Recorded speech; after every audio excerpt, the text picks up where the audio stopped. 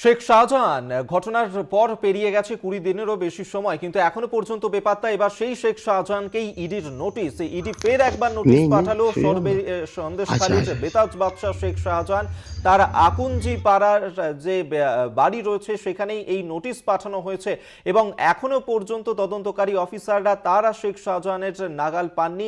সেক্ষেত্রে শেখ শাহজাহান তাকে নোটিশ পাঠিয়ে তাকে ফের একবার তলব করা হয়েছে। আগামী 7ই ফেব্রুয়ারি ইডির দফতরে হাজিরা দিতে হবে শেখ শাহজাহানকে, এমনটাই কিন্তু বলা হয়েছে এই নোটিশে।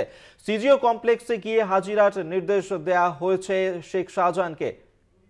আমরা এই মুহূর্তে সরাসরি আপনাদেরকে নিয়ে যাব সন্দেশখালী থেকে আমাদের সঙ্গে রয়েছেন প্রতিনিধি সঞ্জিত চক্রবর্তী। সঞ্জিত, প্রায় 25 দিনেরও বেশি সময় হয়ে গেছে, এখনো পর্যন্ত বেপাত্তা রয়েছে শেখ শাহজাহান, কোনো রকম হদিশ পাওয়া যাচ্ছে না।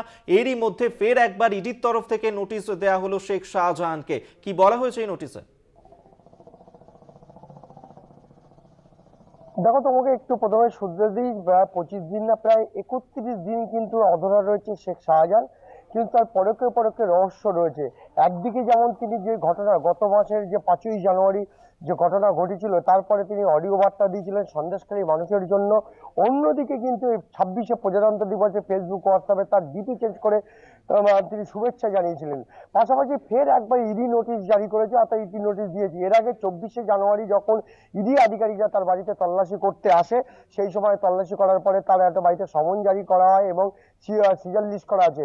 তারপরে কিন্তু ফের ইডির নোটিশ। আমি সরাসরি আগের নোটিশটা তোমাকে জানাচ্ছি, যে 24শে জানুয়ারি যেটা দেওয়া হয়েছিল সেই নোটিশ। এইবার বিশেষ করে যে 7ই ফেব্রুয়ারি সকাল 10:30টার মধ্যে যে যা নোটিশ দিয়েছে, যে অর্থাৎ তুমি ডিরেক্টর অফ এনফোর্সমেন্ট ডিপার্টমেন্ট, অর্থাৎ এখানে যেটা দেওয়া হয়েছে যে বিশেষ করে যে prevention of money laundering act 2002 সালের সেই দিয়ে আর্থিক দুর্নীতি, এবং সেই অভিযোগে তাকে আগামী 7ই ফেব্রুয়ারি বিশেষ করে সকাল 10:30টার মধ্যে তাকে কিন্তু সিজিও কমপ্লেক্সের 3rd ফ্লোরে তদন্তকারীদের মুখোমুখি হওয়ার নির্দেশ দিয়েছে। সব মিলিয়ে আজকে জানুয়ারি 5 তারিখ, অর্থাৎ আজ 48 ঘন্টা বাদে শাহজাহান শেখ নিজে সশরীরে যান, না কোনো আইনজীবীর মাধ্যমে বা কোনো, ইতিমধ্যে তুমি জানো বারাসত আদালতে তিনি তার আইনজীবী কিন্তু তার আগাম জামিনের মামলা করেছে, পাশাপাশি ইডি স্পেশাল কোর্টে রয়েছে। তারপরে আগামী 7ই ফেব্রুয়ারি তিনি যান কিনা, আবার কি তিনি কোন আইনি বেড়াজালের মধ্যে দিয়ে কোনো সমস্যা দেখিয়ে তিনি এই হাজিরা আনেন কিনা, সরাসরি সেই প্রশ্ন উঠে যাচ্ছে। এখনো পর্যন্ত সন্দেশখালী যে বারবার যে যার নাম করা হচ্ছে সেই শেখ শাহজাহান এখনো কিন্তু অধরা রয়েছে, এবং সেই নিয়ে কিন্তু যথেষ্ট এই প্রশ্ন কিন্তু যেমন প্রশাসনের তরফে। আজকে আমরা যখন সকালবেলা তার বাড়িতে এসেছিলাম, একদিকে সিসিটিভি রয়েছে তার বাড়িতে, তার ভাটায় রয়েছে, এবং সরবরিয়া মাছের আড়তেও কিন্তু সিসিটিভি নজরে রয়েছে, কিন্তু পুলিশ সেখানে একটা কনস্টেবল বসে আছে। সব মিলিয়ে 7ই ফেব্রুয়ারি যে 10:30টার মধ্যে সিজিও কমপ্লেক্সে যায় কিনা সেটা একেবারে সেদিকে তো আমাদের নজর থাকবেই সঞ্জিত, যে 7 তারিখে আদেও সশরীরে গিয়ে ইডির দপ্তরে হাজিরা দেন কিনা শেখ শাহজাহান। কিন্তু সঞ্জিত, যে প্রশ্ন বারবার উঠছে যে শেখ শাহজাহান এতদিন পেরিয়ে গেছে কিন্তু এখনো পর্যন্ত তার নাগাল পাচ্ছে না তদন্তকারী অফিসাররা, পুলিশ প্রশাসন। সেক্ষেত্রে এই শেখ শাহজাহান কোথায় রয়েছেন? পুলিশের যে তদন্ত, সেই তদন্তের অগ্রগতিতে এখনো পর্যন্ত কোনো খবর? দেখো, ইতিমধ্যে তুমি জানো নেজার থানার পুলিশকে এই তদন্ত প্রক্রিয়া থেকে বাইরে রাখা হয়েছে। ইতিমধ্যে জেলা প্রশাসন পুরো বিষয়টা দেখছে, এবং এখানকার মানুষ তারা যারা তৃণমূল নেতৃত্ব তারা দাবি করছেন যে শেখ শাহজাহান আইনি সমস্যার মধ্যে তিনি সামনে আসছেন না বা দেখা দিতে পারছেন না। তার আইনজীবী যেমন একদিকে পেয়ার করছেন আদালতে, অন্যদিকে ভার্চুয়ালের মাধ্যমে তিনি কথা বলার চেষ্টা করছেন। আমি সরাসরি তার ভাই শেখ আলমগীরের সঙ্গে কথা বলবো, তিনি আমাদের সঙ্গে রয়েছেন। যে বিশেষ করে 31 দিন কেটে গেল, শেখ শাহজাহান এখনো অধরা, এটা সন্দেশখালী মানুষের প্রশ্ন, পাশাপাশি রাজ্যের মানুষের কাছে প্রশ্ন, যে এত দাপুটের নেতা কোথায় শেখ শাহজাহান, আপনি কি বলবেন? এখন আমার সঙ্গে তো এখনো সেইভাবে যোগাযোগ হয়ে উঠেনি। যতটুকু বুঝছি টিভি মিডিয়ার মাধ্যমে, খবরের মাধ্যমে, সে কোথাও না কোথাও থেকে নিজেকে মানে যে দোষী না সাব্যস্ত করার একটা পরিকল্পনা বোধহয় করছে।